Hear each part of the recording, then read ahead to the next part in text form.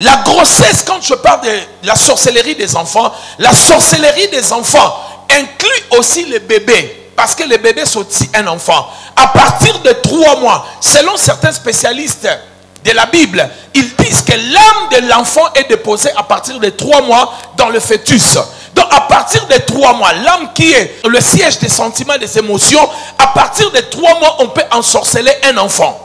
C'est pour cela, quand la grossesse commence à atteindre un certain mois, on interdit à la femme de prendre certains médicaments, de faire certaines choses, parce que ces médicaments peuvent avoir de l'influence de détruire le fœtus, de détruire la grossesse. C'est prouvé au niveau de la science. Regardez, toutes les femmes qui ont déjà enfanté, vous allez remarquer, lorsque vous achetez le médicament, on vous dit que, sauf les femmes, en fait, on parle des exceptions. Si vous êtes hyper tendu, si vous êtes une femme enceinte, il ne faut pas le prendre. Si vous roulez avec la voiture, il ne faut pas prendre ces médicaments. Toutes ces choses-là sont expliquées. Pourquoi? Parce que dans le monde spirituel, la vie d'une personne ne commence pas à la naissance. Le voyage de notre destinée commence le jour où on a été conçu. Le jour où tu as été conçu, tu vas passer 9 mois.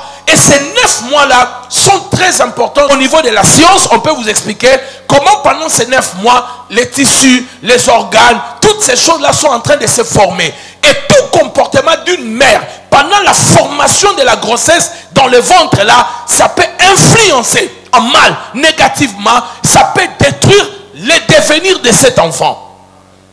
Et ainsi, chers frères et sœurs, les combats de certaines personnes et de la plupart des personnes, leurs combats ont commencé lorsqu'ils étaient dans le ventre de leur maman. Comment ça se passe, la sorcellerie des enfants?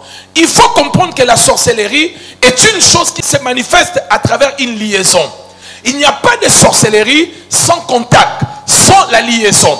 Il faut trouver un point de contact, de contamination pour donner la sorcellerie à l'enfant. Ça peut être le vêtement, ça peut être la nourriture, ça peut être la boisson. Mais il faut qu'il y ait un contact. Il faut qu'il y ait une liaison. Les gens ne deviennent pas sorciers comme ça.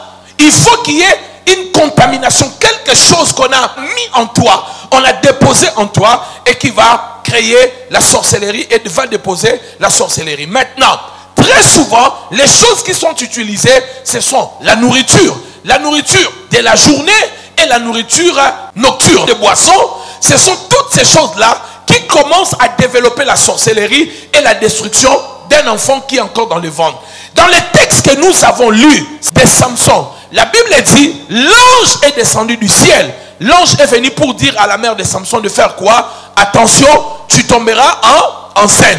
Et quand il a dit que tu vas tomber enceinte, quelle est la première instruction que l'ange a dit? Tu deviendras enceinte. Tu mettras au monde un fils. Maintenant, tu auras un fils. L'ange a dit quoi? Tu auras un fils. Maintenant, c'est l'attention. On te dit, fais attention maintenant.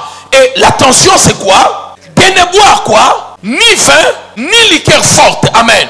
On interdit à la mère de Samson de ne boire ni vin, ni liqueur forte. On ajoute quoi encore? Et de ne rien manger d'impur. Remarquez qu'il y a 2 choses qu'on a interdites. La première des choses, c'est quoi? La boisson. La deuxième des choses, c'est quoi? La nourriture. Donc on lui dit, tu deviendras enceinte. Maintenant, fais attention. Il ne faut pas que tu puisses boire une boisson forte, une liqueur forte ou du vin, et de ne pas manger une mauvaise nourriture. Pourquoi on lui interdit cela, mon ami? On y va. Pourquoi? Parce que tu vas devenir enceinte. Alors, quel est le rapport entre la boisson et ce que je vais manger et ma grossesse? Quel est le rapport? On continue. Parce que cet enfant sera consacré à Dieu. Cet enfant sera consacré à Dieu. Et pour que la consécration de cet enfant ne soit pas détruite, 2 choses sont importantes. La première, c'est quoi? Faites attention à quoi? À la boisson, à ce que tu vas boire. La deuxième des choses, fais attention à quoi? À la nourriture. Donc, nous supposons ici 2 vérités. Merci. La première vérité, la destruction de la vie d'un fœtus, d'un enfant, ça peut commencer par ce que la maman mange pendant la grossesse. Ça peut commencer par ce que la maman boit pendant la grossesse. Ici, on nous parle du vin et des liqueurs fortes. On nous parle de la nourriture polluée. Mais je pousse cela très loin. Lorsque ta mère est enceinte, elle avait peur de perdre cette grossesse-là. Elle est partie chez les Tandona, les Mandona, et on lui a donné une boisson pour protéger la grossesse. Sachez-le que quand une femme est enceinte, tout ce qu'elle mange, l'enfant mange. Et Est-ce que vous vous êtes déjà posé la question, comment un enfant qui est dans le ventre mange? Elle mange comment? Il y a un cordon qui relie l'enfant et la maman.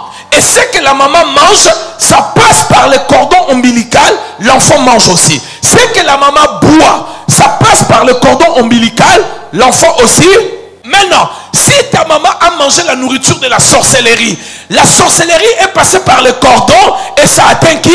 Bon, maintenant, quand toi tu étais bébé ou tu étais dans le ventre de ta mère, est-ce que tu connais les secrets des jours, des 9 mois que tu as passé dans le ventre de ta mère? La plupart d'entre vous, vous ne savez même pas. Mais vous venez dans des familles où on observe la coutume, les traditions. Il fallait que ta mère mange la nourriture de sa belle-mère.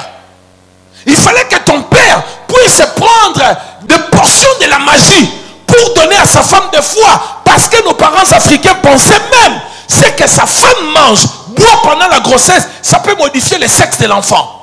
Ça peut faire de sorte que l'enfant soit un garçon.